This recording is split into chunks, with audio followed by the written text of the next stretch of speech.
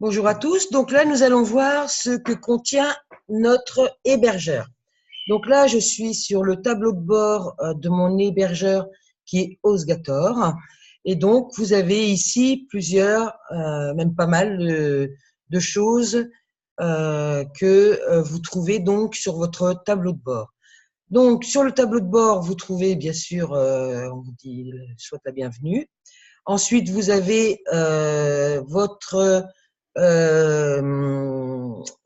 nom de domaine principal, qui est donc le nom de votre package. Vous avez donc ici, pour utiliser votre package, vous pouvez aussi traduire en français, hein, donc gérer. Regardez dans votre cPanel, hein, vous avez vu dans la précédente vidéo que c'est là qu'on allait trouver tout ce que contient notre serveur. Donc ici, le tableau de bord avec la gestion des SSL, donc c'est-à-dire que si vous voulez passer en HTTPS, à savoir que si vous avez un site où il y a des personnes qui s'inscrivent, etc., c'est intéressant de l'avoir en HTTPS. C'est important parce que il faut pouvoir que le site soit sécurisé lorsque les gens mettent leur adresse mail ou d'autres choses sur votre site. Vous avez aussi l'importance du SSL, c'est aussi parce que Google le référence plus qu'un site en HTTP. Voilà, vous avez donc plusieurs choses. Vous avez ici le cPanel avec, lorsque vous voulez créer des adresses mail, voir vos bases de données, gérer vos fichiers, installer WordPress, ça c'est important lorsque vous avez un nouveau site internet. Alors, dans l'hébergement,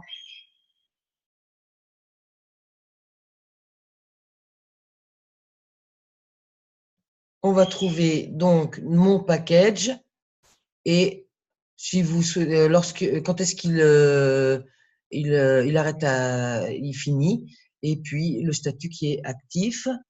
Marketplace, bon là c'est pour acheter, hein, suivant ce que vous avez besoin, donc des certificats SSL, des trucs des sécurités. Voilà, le HTTPS, si vous voulez un constructeur de site, après un peu à vous de voir s'il y a des plugins, etc. À vous de voir si vous avez des besoins particuliers par rapport à ça. Bon, moi, j'achète pas vraiment dessus.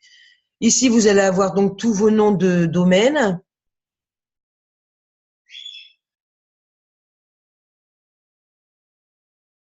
Alors, avec la date d'expiration, c'est-à-dire que lorsque vous avez un site, comme là par exemple, j'en ai un qui arrive, donc là les autres sont en 2020, le 14 juin, donc il va falloir que je le renouvelle, celui-là aussi. Bon après voilà, il y a les dates d'expiration, en savoir que en général votre hébergeur vous envoie un petit message pour vous dire attention, vous allez avoir bientôt votre site, votre nom de domaine qui va expirer, il faut le renouveler.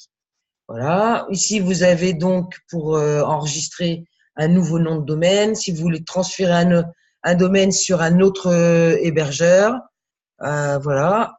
Et ici, vous avez tout ce qui concerne vos sites. Hein, donc le statut, s'il a été vérifié. Donc là, c'est ce qu'on a vu lorsqu'on a acheté notre nom de domaine. Vous pouvez encore le changer, vous voyez, hein, c'est même si vous achetez votre nom de domaine et que vous choisissez pas d'avoir vos données privées, vous pouvez tout à fait le changer. Bon, les dates d'expiration. Si vous avez choisi que le renouvellement se fasse automatiquement, vos noms de serveur, donc que nous allons changer dans une autre vidéo pour le nouveau site. Et puis ici, toutes vos informations que vous pouvez changer. Bien sûr, moi, il faudra que je le fasse parce que j'ai déménagé. Voilà. Donc, par rapport à ça, vous avez donc, là, ici, c'est toute la construction.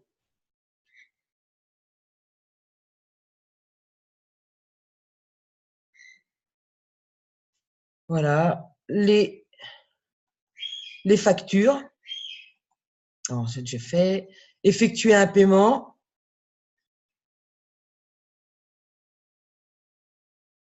Voilà, par exemple, les derniers paiements que je vais avoir à faire. Donc, ta cuisine spéciale et Petit Cuistot qui vont devoir être renouvelés le 14 juin.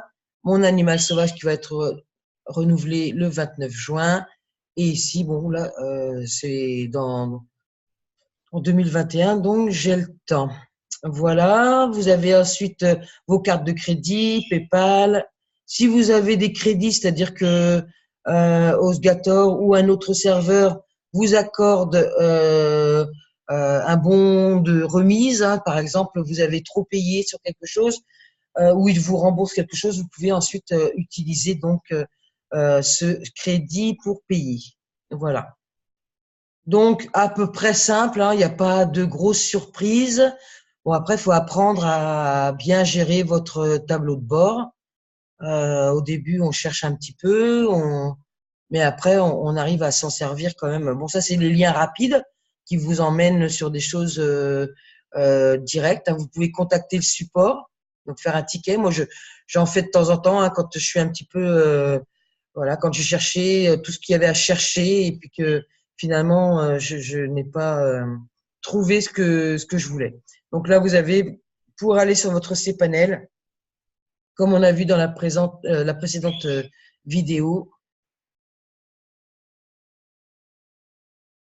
pour gérer un petit peu des dossiers, mais il y a aussi la construction du site. Par exemple, quand on va installer WordPress sur le site, etc.